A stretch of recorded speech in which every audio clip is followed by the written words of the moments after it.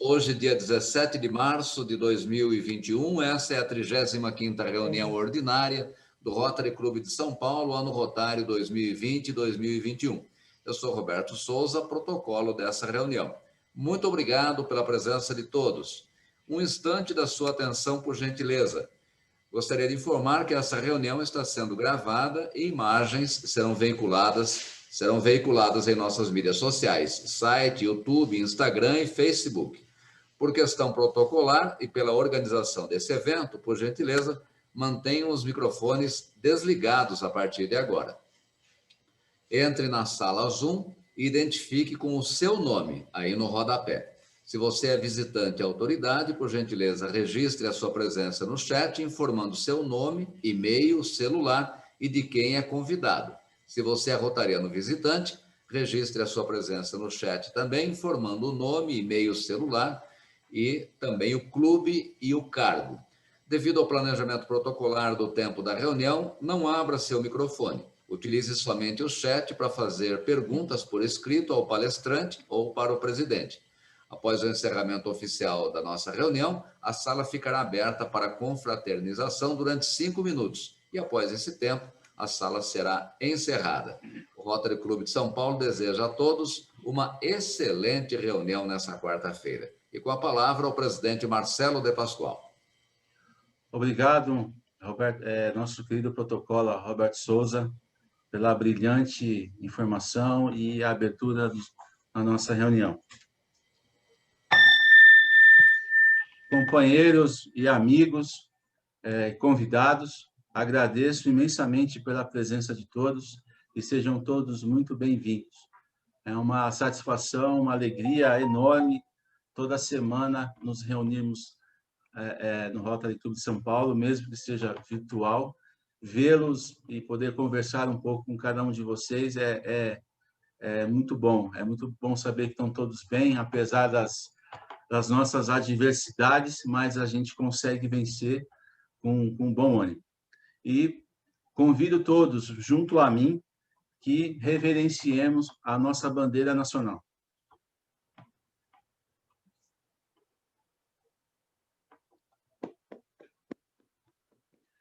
Obrigado pela saudação à bandeira. Com muita alegria, ao iniciarmos essa reunião, iremos fazer algo que é sempre importante e nos traz grande satisfação, que é prestarmos homenagem a companheiros, né, que prestaram excelentes serviços para o nosso Rotary Clube e para o Rotary Clube de São Paulo. E hoje estaremos homenageando o nosso querido Marcos Paulo de Almeida Salles, e que é com muita satisfação e com muita alegria recebemos hoje ele aqui. É bom revê-lo. Eu sei que muitos aqui o conhecem de muito tempo, e para nós é uma alegria prestarmos essa homenagem de reconhecimento do clube. E eu gostaria de passar a palavra agora ao nosso querido protocolo Roberto Souza, que fará a leitura do currículo do nosso querido Marcos Paulo. Obrigado, presidente Marcelo de Pascoal. Nós temos 2 excelentes currículos do nosso homenageado de hoje. Eu começo com o currículo profissional. Professor Dr. Marcos Paulo de Almeida Salles, arquiteto, advogado e economista, graduado pela Universidade Presbiteriana Mackenzie, formado em especialização pela Faculdade de Direito da Universidade de São Paulo em Direito Tributário e Ciências das Finanças. Pós-graduado pela Universidade de São Paulo na Faculdade de Direito do Largo São Francisco, com concentração na cadeira de Direito Comercial e complementares em Direito Econômico, Direito Processual Civil, Teoria Geral do Direito e Direito Internacional. Qualificado mestre em Direito Comercial pela Universidade de São Paulo. Habilitado como especialista em mediação e arbitragem extrajudicial, como economista e averbação do Corecon São Paulo. Doutor em Direito Comercial pela Universidade de São Paulo, professor sênior de Direito Comercial da Universidade de São Paulo, formado em MBA, Brand Equity, pelas Faculdades Integradas Rio Branco, tendo apresentado com sucesso o original do aviamento ao branding. No universo arbitral, dentre outras, é membro da Comissão de Arbitragem do Comitê Brasileiro da Câmara de Comércio Internacional, CCI, membro do Corpo de Árbitros do Centro de Arbitragem e Mediação da Câmara de Comércio Brasil-Canadá, membro do Corpo de Árbitros da Bolsa Mercantil de Futuros e BBM, membro do Corpo de Árbitros do CMA, Fiesp, Ciesp, bem como da Camarb, em São Paulo, membro nato do Conselho Consultivo da Câmara Arbitral do CCBC e titular da Teles Pereira, Aze, Ferrari, Lisboa e Almeida Salles, Sociedade de Advogados por mais de 40 anos. Ao se aposentar como professor, o Dr. Marcos Paulo de Almeida Salles foi homenageado em dezembro de 2010 pela Associação dos Antigos Alunos da São Francisco, com a láurea máxima de associado benemérito. Vamos agora ao currículo rotário do nosso homenageado. No Rotary Clube de São Paulo, Marcos Paulo tem se engajado com um bom número de comissões em assistência à diretoria.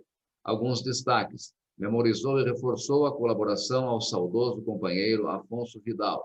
Atuou fortemente em campanhas em torno das necessidades e da aceitação da população pela cidade limpa, como a inauguração das enormes caixas de depósito de lixo seco no receptáculo e não na rua ou na calçada.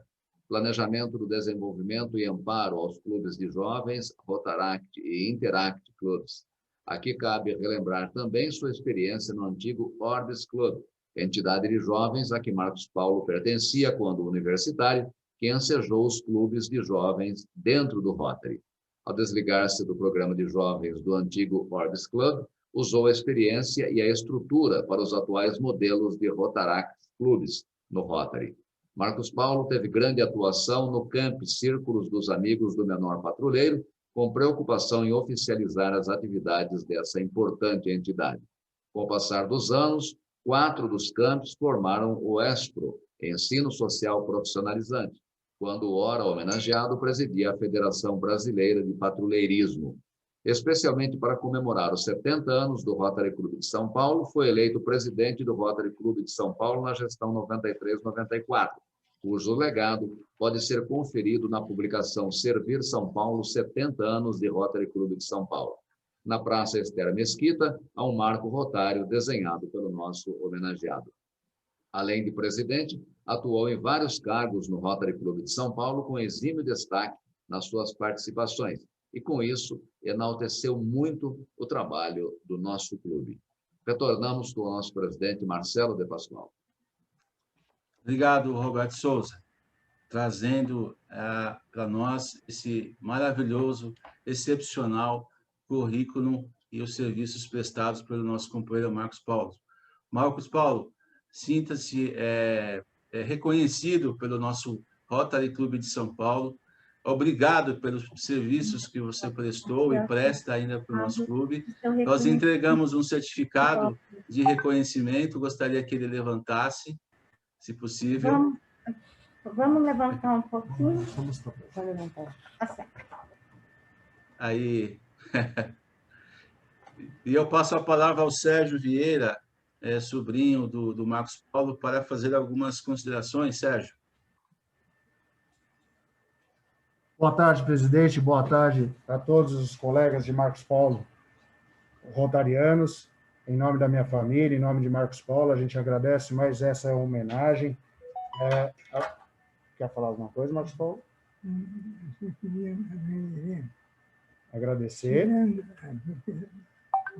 Usando friamente por isso aqui, de que há várias interpretações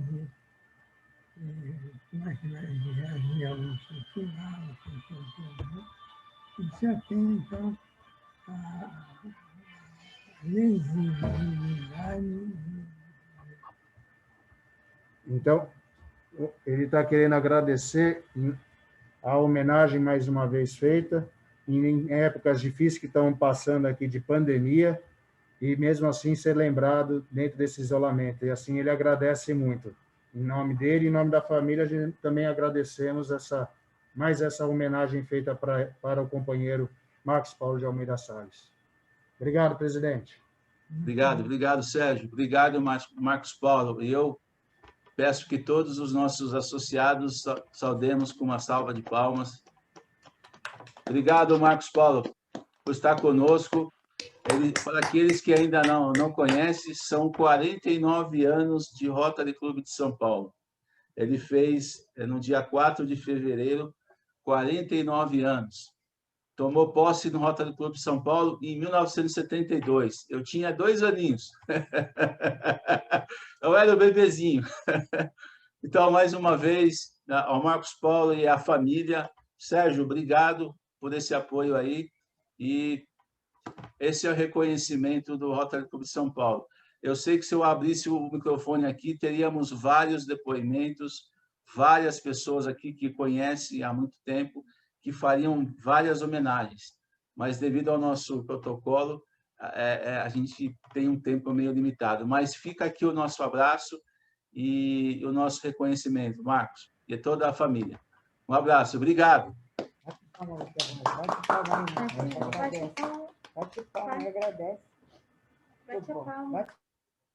Passo a palavra agora ao nosso querido protocolo para que proceda com a apresentação de nossa reunião. Muito bem, presidente Marcelo de Pascoal. Deixa eu localizar aqui, porque eu acabei batendo na tecla e desapareceu o arquivo. Deixa eu ver se eu acho rapidinho. Ok, já retomei aqui.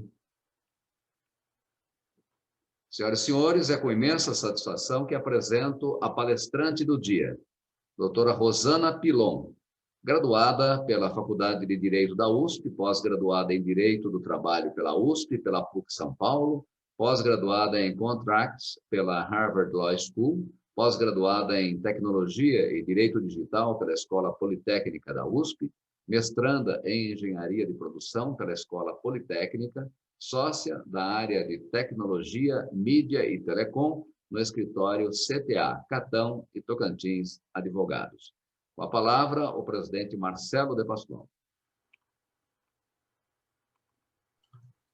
Obrigado, Souza.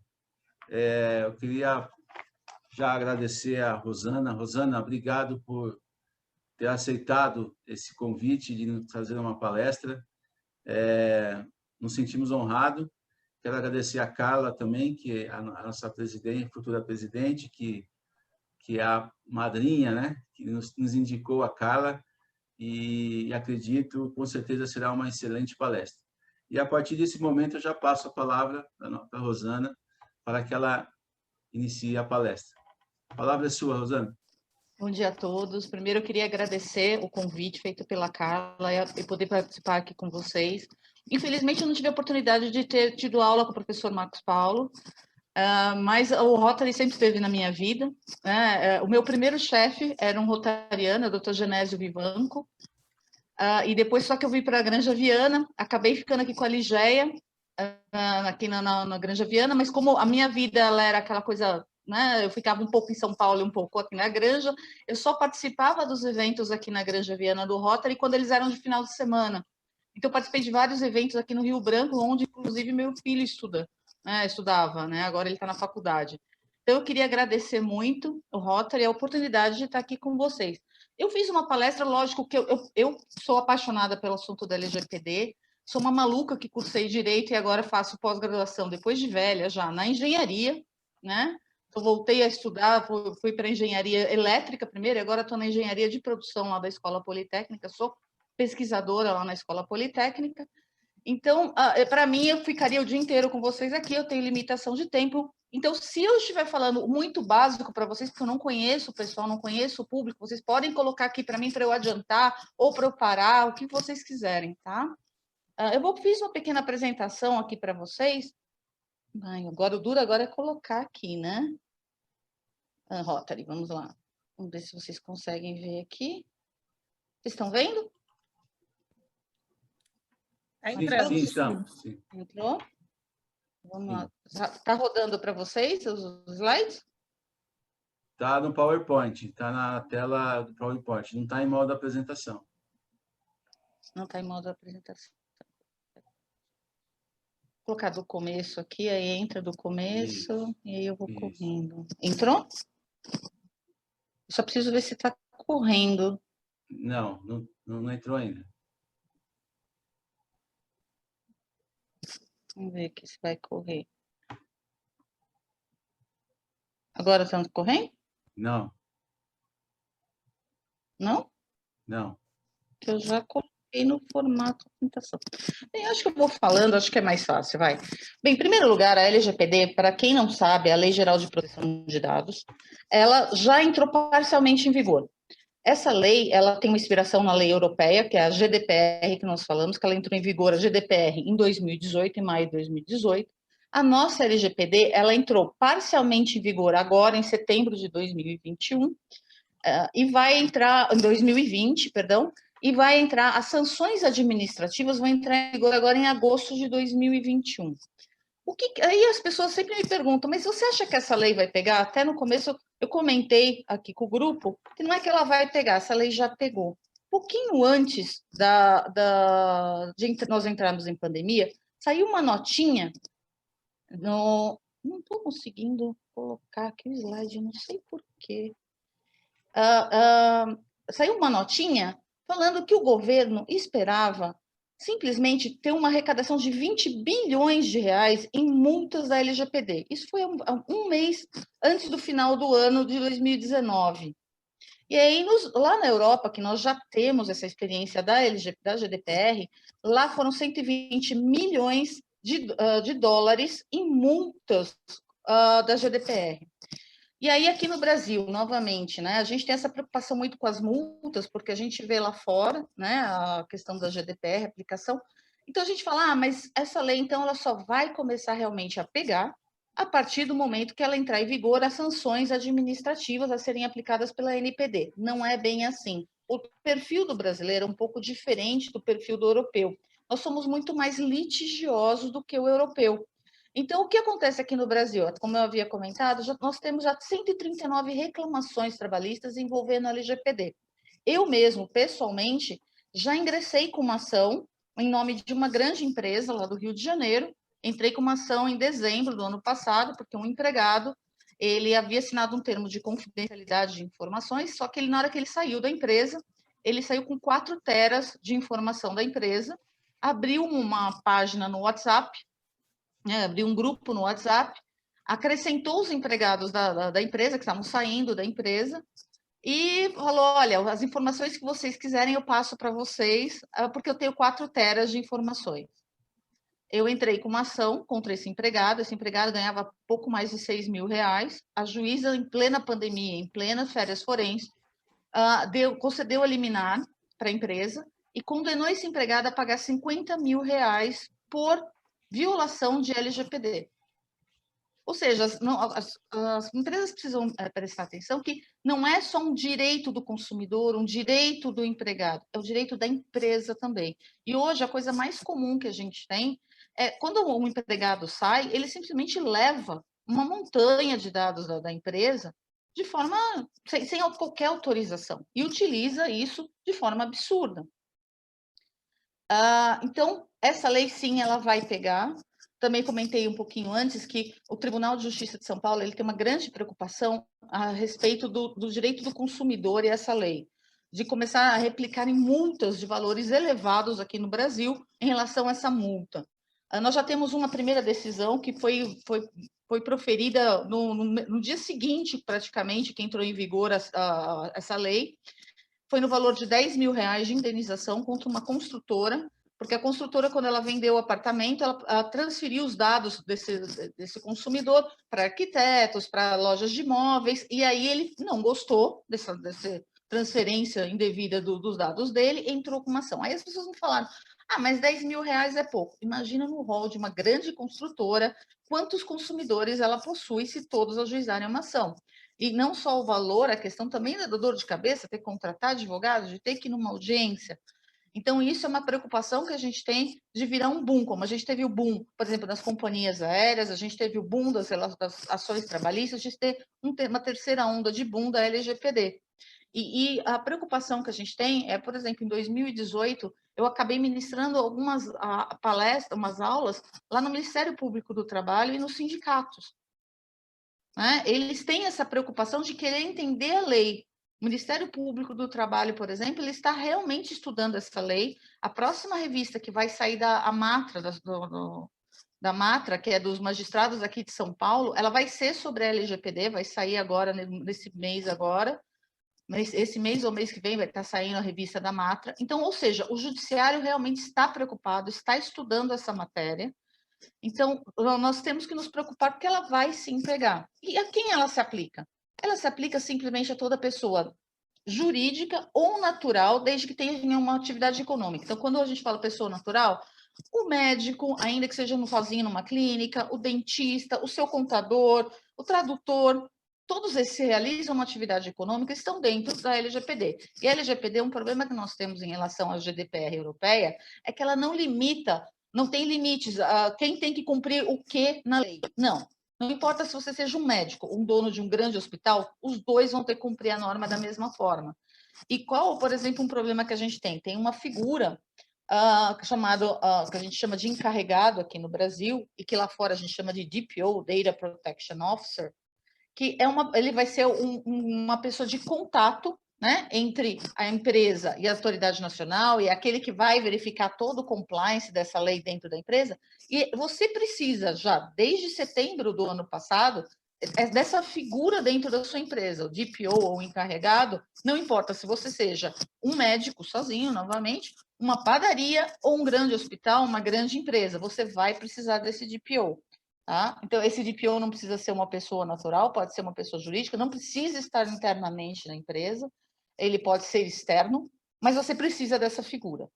Para você considerar, por exemplo, esse DPO, o que você tem que ter? Essa pessoa tem que ter, ela não precisa ser advogado, é diferente do que fala na GDPR, que ela precisa ter um certo conhecimento, mas a gente recomenda que ela tenha um conhecimento jurídico, porque muitas vezes ela pode, esse DPO, se houver um vazamento, houver uma violação da lei, ele pode estar, de repente, comprometendo a empresa em outras áreas, se ele não tiver nenhum conhecimento jurídico, e ele precisa ter autonomia dentro da empresa.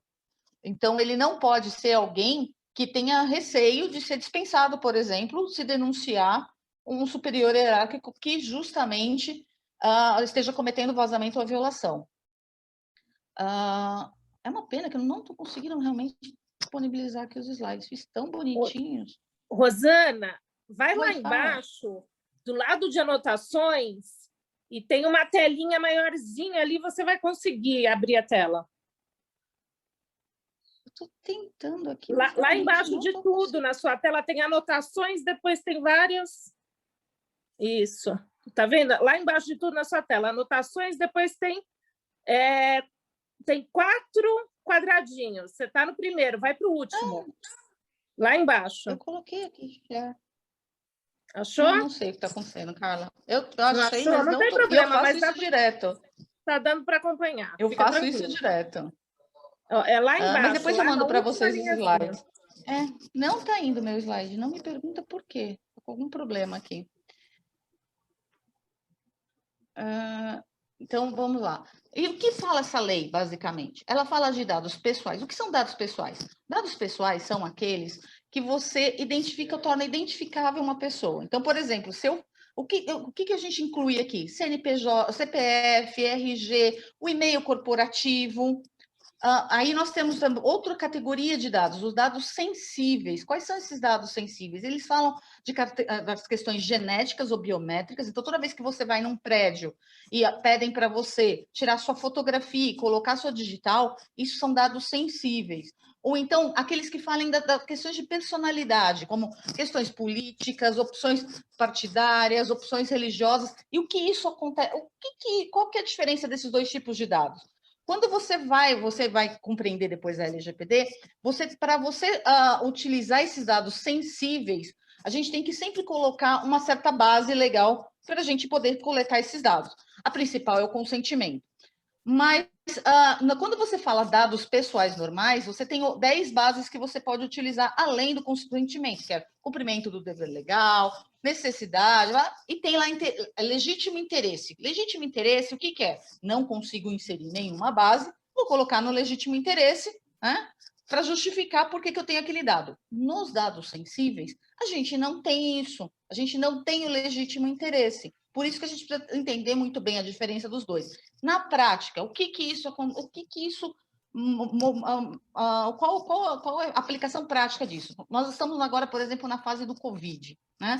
Então, eu recebo diariamente perguntas de empresas: posso obrigar meu empregado a tomar a vacina? Né? Isso eu recebo todos os dias. E aí o pessoal do direito do trabalho vai falar: olha, sim, não, inclusive pode ser dispensar por justa causa quem não tomar. O Ministério Público do Trabalho falou isso. Só que se você vem pelo lado da LGPD, você tem uma outra questão. Se eu não tenho legítimo interesse para justificar, eu não tenho uma lei falando que essa vacina é obrigatória, tá? Qual a base legal que eu vou ter para poder coletar esse dado do empregado se ele não me der o consentimento? Então, quando a gente faz hoje, numa época de Covid, a gente vai analisar a LGPD, a gente tem que ver não só o enfoque trabalhista, mas tem que ver também o da LGPD. Porque se o empregado se recusar a dar o dado, e por que ele pode se recusar a vacinar? Porque a gente sabe que algumas pessoas têm algumas doenças autoimunes, outras pessoas estão grávidas, outras não têm autorização do médico para poder tomar a vacina. E elas não vão querer comunicar na empresa, muitas vezes, que elas têm esse comprometimento. E você pode obrigar essa pessoa, né? Então, a gente tem que sempre analisar, não só sob o ponto de vista trabalhista, mas do ponto da LGPD. E é muito importante a gente entender a diferença entre os dados pessoais e dados sensíveis. E a forma que a gente muitas vezes pede algo. Por exemplo, nas empresas, eu não pergunto mais qual é a religião da pessoa. Ou mesmo até, por exemplo, eu fiz recentemente um compliance em um hospital, a gente não pergunta a religião. Porque, para mim, por que eu pergunto a religião? Eu quero saber se essa pessoa ela aceita a doação de sangue, se essa pessoa tem alguma questão alimentar. Então, eu pergunto objetivamente: você aceita a transfusão de sangue? Você aceita transplante? Você tem alguma restrição alimentar? Eu não preciso saber qual é a religião da pessoa, eu preciso saber se ela tem alguma restrição. Então, a forma de pensar, a gente fala que é o privacy by design, a forma de pensar e colocar isso para o paciente, para o consumidor, é que a gente vai mudar tendo em vista a LGPD. Porque, para mim, pouco importa qual seja a religião dele, importa se ele tem alguma restrição. Então, é por isso que a gente tem que agora começar a repensar como que a gente coloca algumas situações diante da LGPD. A LGPD, a gente fala de tratamento. Tratamento, na verdade, são 16 verbos que a lei traz e inclui praticamente tudo, né? Porque eu tenho alguns clientes, por exemplo, que são empresas de cloud, e eles falam: não, mas eu só faço, ele só fica armazenado no meu cloud, eu não faço tratamento. Eu falo: não, o simples armazenamento é um tratamento. E por que isso é muito importante no nosso dia a dia? Eu, por exemplo, fiz um hospital, um compliance, e eu fui na sala dos prontuários. Essa lei, ela não fala só de dados digitalizados ou dados no computador, ela fala também de dados físicos. E aí eu fui na sala dos prontuários, nós simplesmente tinham 50 anos de prontuários médicos ali. E o pessoal usava esses prontuários médicos, o verso deles, como rascunho. Então, isso, se alguém denuncia, é um enorme vazamento de dados, né? Quando você vai, por exemplo, e aí você agora com aquela nova regra de digitalização dos prontuários médicos, muita gente está descartando esses prontuários médicos, mas não descarta de forma adequada. Uma das maiores multas que a gente teve nos Estados Unidos, que apesar de não ter uma LGPD, uma lei geral, só tem lá na Califórnia, mas que a gente teve, porque lá eles têm uma legislação específica para a área da saúde, que é a RIPA, foi justamente isso, que eles descartaram prontuários médicos sem o devido cuidado. Então, quando você vai descartar os documentos, você tem que tomar um certo cuidado, você realmente tem que ser aquela coisa de filme americano, de colocar o triturador, né? Eu fiz já em alguns escritórios de advocacia o compliance da LGPD, e lá você encontra gente que já faleceu, dados, né, que você não entende nem por que a empresa tem. E você tem que começar a selecionar o que você vai manter, como você vai manter e por quanto tempo você vai manter. Isso é uma das maiores questões. E são questões que você tem que pensar muito bem o quanto tempo você vai manter. Por quê? Porque quem normalmente faz esse compliance de LGPD é alguém que veio da área de propriedade intelectual, que está mais preocupado com o cliente externo. Eu, como vim da área trabalhista, que nem a Carla, a gente se preocupa muito com a parte interna do RH. Então, quando você fala, por exemplo, de descartar documentos previdenciários, por exemplo, outro dia eu vi numa palestra de um grande escritório que falaram, a gente coloca 10 anos, porque tem lá a lei tributária que fala 5. Só que na área trabalhista é imprescritível. Então, se um empregado requerer algum documento previdenciário depois de 15, 20 anos, você tem que ter esse documento. Senão você vai ter problema se você eliminou esse documento. Por quê? Porque você tem que ter sempre análise conjunta, não só da LGPD, mas da trabalhista. Você tem que ter todas as áreas de uma forma... Então, não é uma legislação fácil, não é um compliance fácil. Hoje, o que tem acontecido muito com a gente é o cliente me falar, não, eu fechei com uma empresa de TI para fazer esse compliance de LGPD. A empresa de TI, ela faz somente a primeira fase da LGPD. O que é a primeira fase? É a figura, ela nem faz, ela auxilia o jurídico nessa primeira fase. Né? A gente normalmente divide em 3 fases o compliance. A primeira é a fotografia da empresa. Vamos verificar o fluxo de dados, fazer um mapeamento dos dados, verificar a competência de cada um dentro da empresa para como está circulando esses dados. Né? Então, o TI ajuda nesta fase. Na segunda fase, é a adequação às normas. Nessa fase, o TI não pode fazer absolutamente nada. O TI não tem esse conhecimento de normas fiscais, trabalhistas, previdenciárias, para fazer a adaptação das normas. Ele não pode falar para você que você vai descartar um dado com tanto tempo, se ele não tem esse conhecimento legal. E a terceira fase, a última, é o treinamento, né, de toda a empresa, porque a empresa inteira precisa entender as normas, porque não é uma coisa estanque a LGPD. Você não pode fazer LGPD e aí, de repente, o pessoal do teu marketing, por exemplo, que é o pessoal que mais, né, o marketing e o RH são os que mais ativos nessa parte de LGPD, criam normas totalmente diferentes e contrárias à LGPD. Então, a gente tem essas 3 fases da LGPD, normalmente, que a gente faz, e o grande problema que a gente tem hoje é que empresas de TI estão oferecendo esse serviço. Quais serão as sanções que serão aplicadas lá para a Autoridade Nacional de Proteção de Dados, lá a partir de agosto desse ano? Eles podem simplesmente dar o puxão de orelha, que é a advertência. Aí eles podem dar uma multa equivalente a 2% do faturamento, limitada a 50 milhões. Aí tem a pegadinha da nossa lei, por infração. Na nossa lei não tem a definição do que seja por infração. Tem um projeto de lei correndo no Congresso Nacional para delimitar a uma única infração, não importando se for um vazamento de dados de uma única pessoa ou de 50 mil pessoas, 1 milhão de pessoas. Mas a gente não tem essa definição e isso assusta. Porque se a gente verificar ainda as outras sanções que a gente tem, Bolsonaro tentou vetar, mas caiu o veto dele, que seria a suspensão do funcionamento do banco de dados ou da atividade da empresa por até 6 meses. Essa, para mim, é uma das sanções mais pesadas que tem. Imagina alguém fechar a tua empresa por 6 meses porque você teve um vazamento de dados, uma violação. Por que a gente fala vazamento e violação? O vazamento, lógico, é mais fácil a gente entender, vazou um dado. Mas e a violação? O simples fato de você não ter aquele encarregado ou o DPO, você já está violando a lei. Então, imagina você ter uma sanção gravíssima, né? Porque a gente ainda não tem a gente tem aqueles parâmetros que você pode mitigar se você fez um compliance e tal. Você tomou todas as medidas necessárias, mas mesmo assim, né? Imagina uma sanção tão grave como essa de paralisação. Outras sanções que a gente não fala na lei, mas que a gente tem a grande preocupação. A gente tem a preocupação com o nome da empresa, a reputação da empresa. Em 2018, teve uma grande empresa varejista que teve um vazamento monstro, que eles foram obrigados, inclusive, a ligar para os consumidores para avisar que até os dados do cartão de crédito tinham sido expostos. Ninguém mais comprava naquela empresa. Né? Ela acabou sendo vendida logo depois por um preço muito abaixo do mercado. Ela perdeu o valor dela absurdamente. Então, a questão da reputação é importantíssima. Outra questão também que a gente levanta, que não está na lei, é da concorrência. Então, por exemplo, eu tenho vários clientes que prestam serviços para setores públicos. O setor público, sim, ele está exigindo já o compliance da LGPD. Toda vez que eu faço uma operação de venda, aquisição ou fusão de empresa, eu já analiso na minha due diligence, eu já analiso se essa empresa ela fez ou não o compliance com a LGPD. E isso acaba sendo um ponto que a gente acaba levantando sempre quando a gente vai fazer essa due diligence para uma aquisição de empresas, porque é um ponto de risco se a empresa não tem. Né? Então, são essas questões que a gente coloca no dia a dia, que não tem como você não fazer. Como eu falei, hoje, a questão da LGPD é como falar, por exemplo, de um imposto, um tributo. Você tem que pagar, não tem escolha. Aí alguns me falam, mas é que nem a lei anticorrupção. Eu falo, não é como a lei anticorrupção. Porque a lei anticorrupção, você tem que ter uma atitude ativa de querer corromper um servidor. Né? Você tem que ter aquela atitude ativa. Aqui não, aqui pode ser por culpa.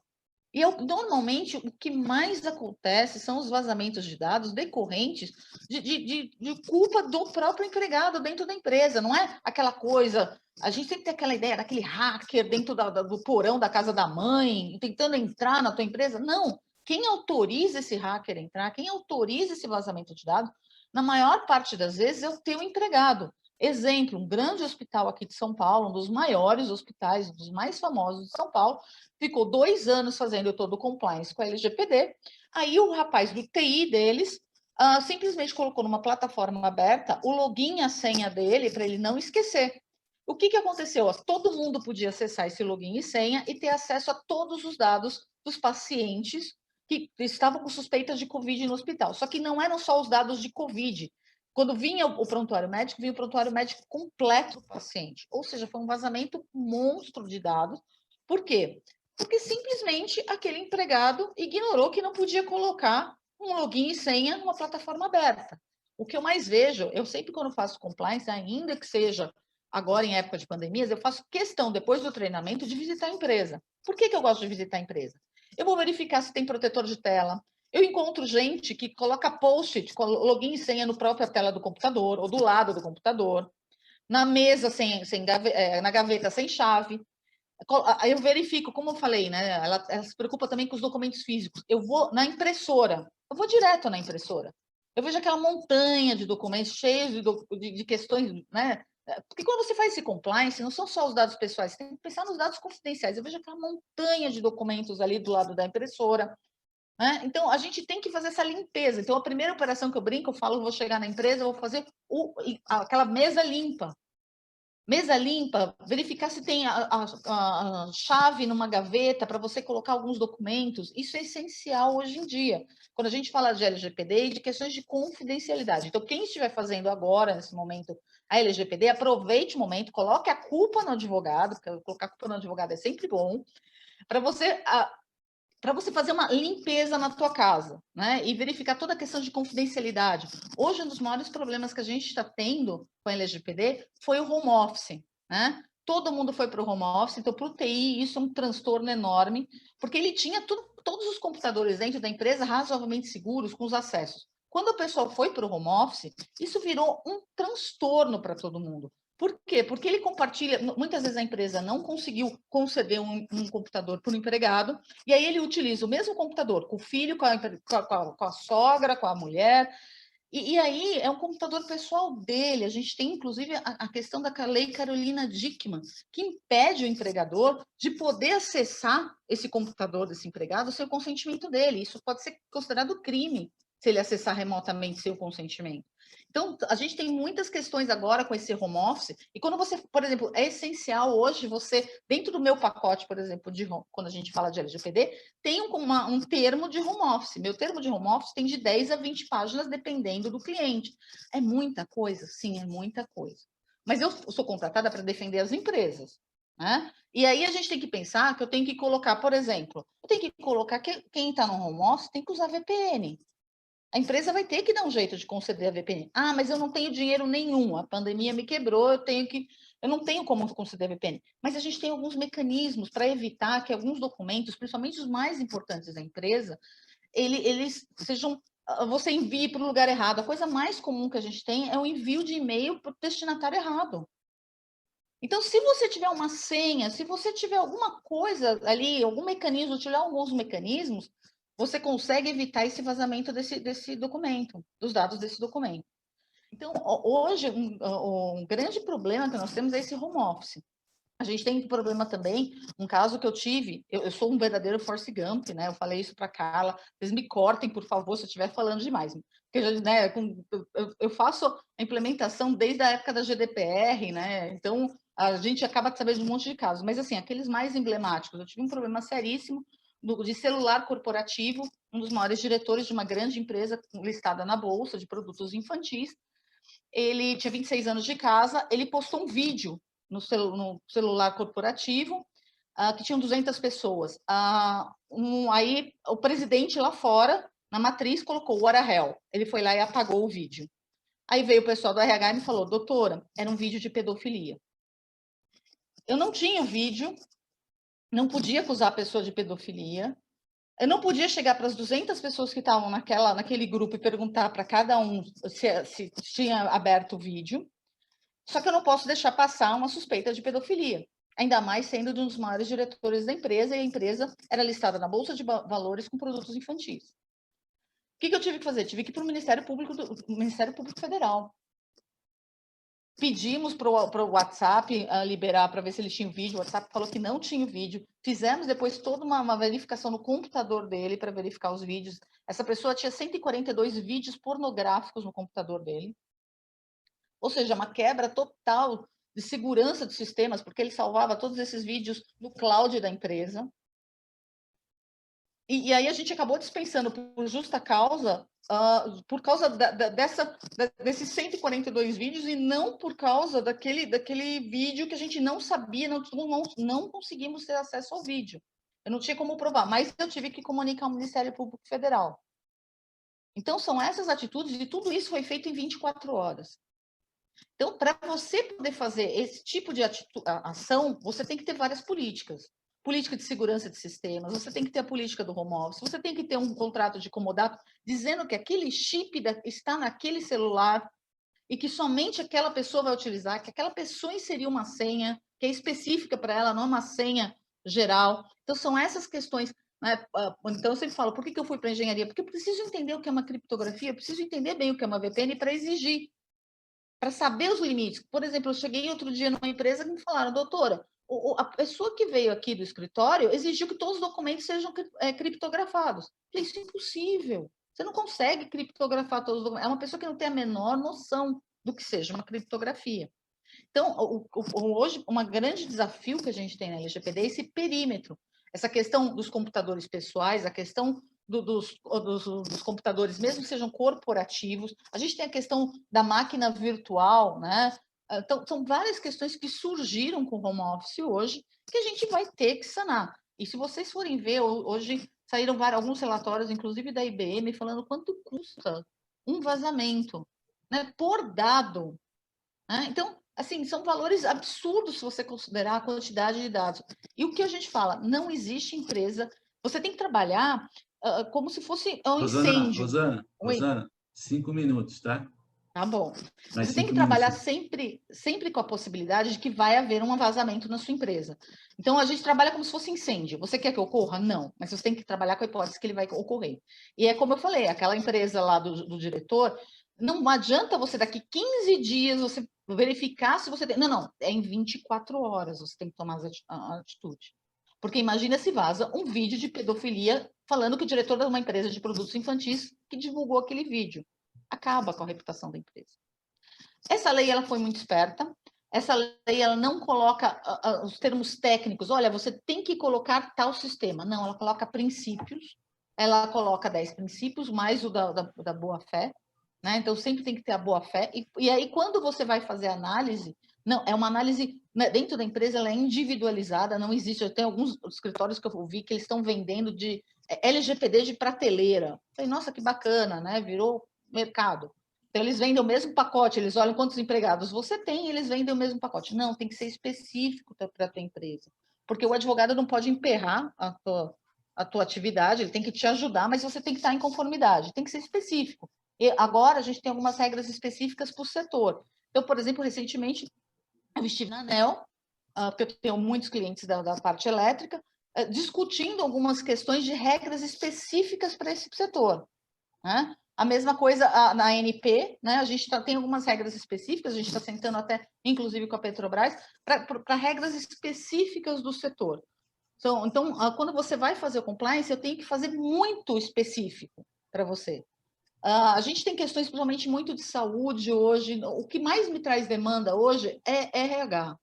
RH está me trazendo muita demanda, e o pessoal do marketing, Porque hoje a gente descobre no marketing, por exemplo, que eles adquirem banco de dados de algumas agências. Na hora que você vai fazer o recrutamento e seleção, às vezes passa por 3, 4 empresas, né? Então, a gente tem que se preocupar desde esse momento que a pessoa... Você divulgou a vaga, quem que vai receber esses dados, quanto tempo vai ficar com esses dados, porque muitas vezes, né, a gente entra no RH e são coisas simples que acontecem.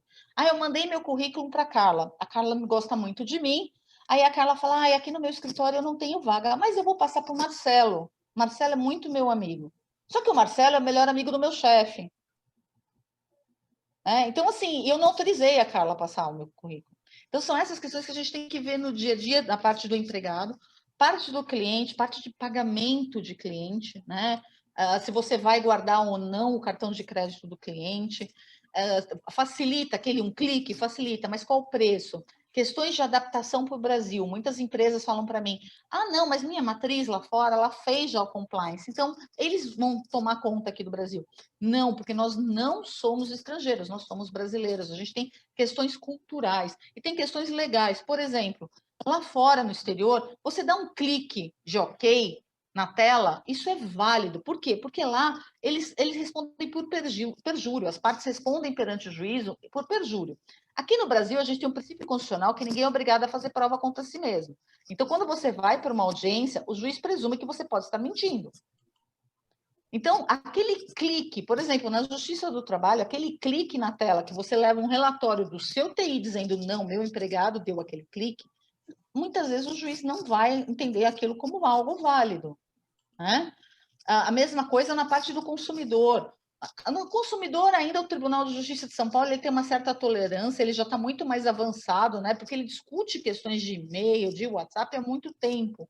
Na Justiça do Trabalho, eu tive recentemente também uma outra questão de um empregado que levou documentos da empresa, era um CEO de uma empresa que levou documentos, entrou no concorrente, levou toda a documentação para o concorrente, e eu tirei um hash do computador, que é uma cópia. A juíza não sabia nem o que era aquilo. Assim, eles não sabem e não têm aquela vontade de ter aquele conhecimento sobre esse tema. Eles têm muito desconhecimento ainda. É um tema difícil, é um tema novo, né? Se não é novo, mas pelo menos é mais técnico. Então, quem é da área do direito costuma não gostar desse tema. Então, a gente tem que ter uma necessidade de adaptar. Normalmente, a sua empresa, grande parte das coisas, ela já possui quando a gente vai verificar a LGPD. Só que, assim, o TI está na caixinha dele, só ele entende o que ele faz. O pessoal do RH faz do jeito que ele quer, o pessoal do TI faz, do marketing faz do jeito que ele quer. Cada um faz, do call center cada um faz do jeito que quer. Só que você precisa juntar essas informações de uma forma que não seja juridiquês. Eu acho que eu já estou estourando, Marcelo. Um minuto só. Não, você quer que eu passar para as perguntas, Marcelo? Porque eu tenho muita coisa para falar, mas se você... Então, eu prefiro passar, porque eu tenho bastante perguntas agora e a gente... Então, pode falar, então. Mais um tempo, tá? Então, vamos passar direto para as perguntas para a gente ganhar um tempinho aqui. A Carla... deixa eu subir aqui. Um pouquinho. A Carla pergunta... tem uma pergunta, quais assuntos já estão sendo judicializados? Outra pergunta, quais são as sanções para vazamento de dados de clientes? Então, quais assuntos estão sendo judicializados? Na Justiça do Trabalho, os empregados estão ingressando principalmente com aquelas questões, Carla, das coisas mais simples. Por exemplo, eu tive uma questão outro dia de uma empregada que fizeram celebração dos 70 anos de idade dela. Era uma senhora que fazia vários tratamentos cosméticos e ficou simplesmente furiosa que divulgaram a idade dela. Desde esses assuntos mais simples até questões, por exemplo, de vazamento de dados. Na Justiça do Trabalho, como eu falei, são 139 já pedidos, né? Aquelas questões de vazamento de dados de quando o pessoal do RH passa o e-mail com o salário de todo mundo. Isso é um vazamento de dados. Questão da CID no documento, questão do Covid. Eu estou tendo vários problemas com o Covid, porque se antigamente você tinha toda a sua esfera de intimidade preservada, hoje você tem que, no qualquer supermercado, você tem que falar, olha, estou com febre porque eu tenho tal doença, não tenho Covid. Você tem que falar isso para o rapaz da portaria. Então, você acabou com toda a sua esfera de intimidade, você tem que abrir a tua intimidade, isso está gerando, sim, problemas. Então, na parte do cível, a gente tem muita questão de eu sempre falo, né? Hoje, aqui, quantas pessoas tem aqui no grupo? 34. Imagina se eu chegar para essas 34 pessoas que estão aqui. A maioria tem pessoa jurídica. Eu entrar com um pedido em cada um de vocês, no e-mail de vocês, perguntando. Eu me cadastro, aí passo uma semana e pergunto quais os dados que vocês coletaram a meu respeito. Se vocês não me responderem, não é como a GDPR que tem 72 horas, aqui a gente não tem prazo ainda, mas se vocês não me responderem num prazo razoável, que eu vou entender 15 dias úteis, eu posso entrar com uma ação falando, olha, ele não me forneceu quais os dados que eu tenho. Ou então pedir para retificar os dados. Vocês erraram meu sobrenome, vocês não vão retificar, eu posso ingressar com uma ação. Se eu receber correspondência agora, por exemplo, quando a gente tem Black Friday, como que você teve meus dados? Você não pediu meu consentimento para ter esses dados. Ok. Então, todo aquele que te incomodar, você pode estar. Sanção. Você tem, você pode juizar uma ação, você tem a indenização fixada pelo juiz, e se for sanção administrativa, que é da Autoridade Nacional de Proteção de Dados, que vai entrar em vigor em agosto agora de 2021, como eu falei, é de 2% do faturamento até 50 milhões de reais, suspensão das atividades ou simplesmente uma advertência no início. Ok. O nosso querido Eric também faz uma pergunta. Parabéns pela apresentação. Apenas uma colocação. A melhor maneira de proteger a empresa é através de treinamento de funcionários para uso dos sistemas de intranet e parceiros também, onde as empresas disponibilizam extranets. Desses treinamentos básicos, como criar uma senha até trocá-la com frequência, até não abrir e-mails como links suspeitos, enfim, falta de conhecimento geral, na minha opinião, só pode ser solucionada com muito treinamento. Exatamente, ele está correto, porque, como eu falei, quem normalmente vaza o teu dado é aquele sujeito que está entre a cadeira e o teclado na tua empresa. É esse cara que vai vazar o dado. Então, se ele não... Como que você descobre, por exemplo, que o e-mail ele é malicioso? Começa que você não consegue identificar quem enviou o e-mail. Depois ele vai... Você percebe que teu nome está bagunçado ali, ou então tem várias pessoas naquele lá. E você não tem um texto, um corpo de texto normalmente. Você só tem um link, falando, olha, verifique o faturamento de tal... Você consegue perceber pela cara. Toda vez que você tem essas dúvidas, desses e-mails estranhos, você tem que ligar imediatamente para o TI. Não é clicar. A gente faz alguns treinamentos nas empresas, com o auxílio do TI, que eles eles enviam esses e-mails falsos para verificar quem é que vai acessar esses e-mails. São os testes de intrusão que a gente faz. E, normalmente, aí quem a gente percebe que clicou naquele link, a gente vai lá e explica, olha, você percebeu, como que dava para perceber que isso aqui era falso? Por isso. A gente consegue identificar. Quanto senha, por exemplo, a empresa chegou para mim e falou, olha, por causa da pandemia, estou sem condição nenhuma de fazer criptografia, fazer tudo isso que você está falando. O que eu posso fazer? Eu falei, olha, faz o seguinte, faz no Word mesmo, o arquivo, só que coloca uma senha no Word, tá? Dá para você colocar. E aí você vai mandar o arquivo via e-mail e você manda por WhatsApp a senha para quem vai receber esse e-mail. Mesmo que esse e-mail, esse arquivo vá para uma pessoa totalmente errada, ela nunca vai conseguir abrir. Então, são mecanismos simples até que você pode adotar, principalmente para questões mais importantes. Ok, Rosana, só mais uma pergunta para a gente encerrar. O Gustavo, o nosso visitante José Gustavo, pergunta como você entrega a LGPD na área financeira e bancária?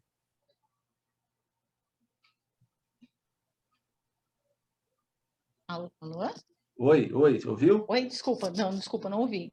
Como você entrega a LGPD na área financeira e bancária? Financeiro bancário depende especificamente do que você vai fazer no financeiro bancário. Se você, por exemplo, eu fiz uma fintech, que mexia muito com a área de saúde, né? E aí a gente tinha que ver na forma do pagamento. A nossa maior preocupação, sempre quando você fala do setor financeiro, é a questão de pagamento. A gente fez nessa fintech e o meu escritório ele é associado ao ESIRA, que acabou fazendo um dos maiores instituições financeiras do mundo, a GDPR lá fora, e a gente agora está promovendo a LGPD aqui no Brasil. Lá, você tem uma preocupação não só de pagamento, mas também com o comportamento das pessoas da própria empresa. Lá, o que eles utilizam até inteligência artificial para verificar comportamentos erráticos dos empregados. A gente já sabe, por exemplo, que aquele sujeito que tem que entrar às 9 e sair às 5, normalmente, que tem que se logar nesses horários, agora com home office, ele começa a trabalhar às 6 da manhã e vai até a 1. A gente sabe que tem algo errado. Esse comportamento anormal dele já revela que tem algo estranho e a gente acaba investigando, até verificando internamente no TI esses comportamentos. Então, no setor financeiro, a gente tem uma preocupação enorme com a forma do pagamento, como é que você vai arquivar esses dados, quem tem acesso, níveis de acesso, é uma preocupação que a gente tem muito grande com níveis de acesso, arquivo. Hoje a gente se preocupa, inclusive, com o sistema de cloud, onde você está salvando esses arquivos. Se você tem servidor interno, se você tem servidor em cloud, aonde está esse servidor em cloud? A gente teve a questão, por exemplo, de uma empresa que, por um problema lá de uma rede social, resolveu cortar a rede social e fazer o cloud das informações. Isso para a gente gerou um grande problema, porque se antes a gente falava, uma empresa grande, ele nunca vai, a gente não precisa nem ficar preocupado com o contrato deles, eles fazem o cloud. Depois dessa questão que eles bloquearam o banco de dados de uma rede social, a gente passou a se preocupar com isso. Então, a gente tem preocupação numa instituição financeira, eu tenho preocupação, inclusive, quando a gente vai fazer o contrato do DPO, porque eu faço contrato até do DPO, a gente faz até a seleção do DPO, muitas vezes, até com a questão dos seguros desse DPO, se tiver um vazamento, porque é aquela história, a gente tem que trabalhar com a possibilidade de que vai haver o vazamento. Então, a gente tem que verificar até a questão do seguro. Tá bom. Ok, Rosana, obrigado pela sua palestra. Agradeço, nós, do Rotary Clube de São Paulo, agradecemos a sua palestra. LGPD é um assunto, como você falou, um pouco técnico, mas, de uma certa forma, é muito informativo também. Acredito que todos nós aqui saímos um pouco mais esclarecidos sobre o tema e agradeço a sua disponibilidade e ter aceitado trazer essa palestra no Rotary Clube de São Paulo. E vamos esperar que em breve possamos fazer uma outra palestra com você de forma presencial, que também será muito importante. Tá bom? Obrigado mais uma vez, obrigado pelas respostas às perguntas. Tem várias outras perguntas aqui, mas o nosso tempo aqui é um pouco corrido e delimitado, tá bom? Obrigado mais uma vez. Marcelo, se você quiser me encaminhar as perguntas, eu respondo depois as perguntas para o pessoal. Tá bom, obrigado. Vamos procurar te encaminhar. Mandar por e-mail. Tá bom? Obrigado. Eu que agradeço a todos. Muito obrigado. Um ótimo dia para todos.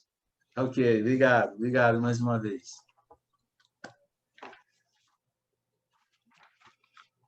Bom, eu queria, de uma forma muito feliz, agradecer. O nosso querido protocolo teve que se ausentar por questões profissionais. E eu gostaria de agradecer a todos os nossos visitantes. A lista é grande. Então, assim, de forma geral, eu agradeço a todos que vieram, nossos visitantes, companheiros rotarianos, amigos que vêm da primeira vez, pessoas que estão acompanhando nossas reuniões. Eu agradeço a todos e mando um beijo e um abraço e voltem mais vezes em nossas reuniões. Obrigado aos visitantes, um grande abraço e muito obrigado. Eu queria agora ir para os avisos, para encaminharmos para o nosso encerramento. Eu queria passar rapidamente a palavra ao nosso querido Adolfo Milani, que tem um recado importante. Adolfo, por gentileza, ligue seu microfone.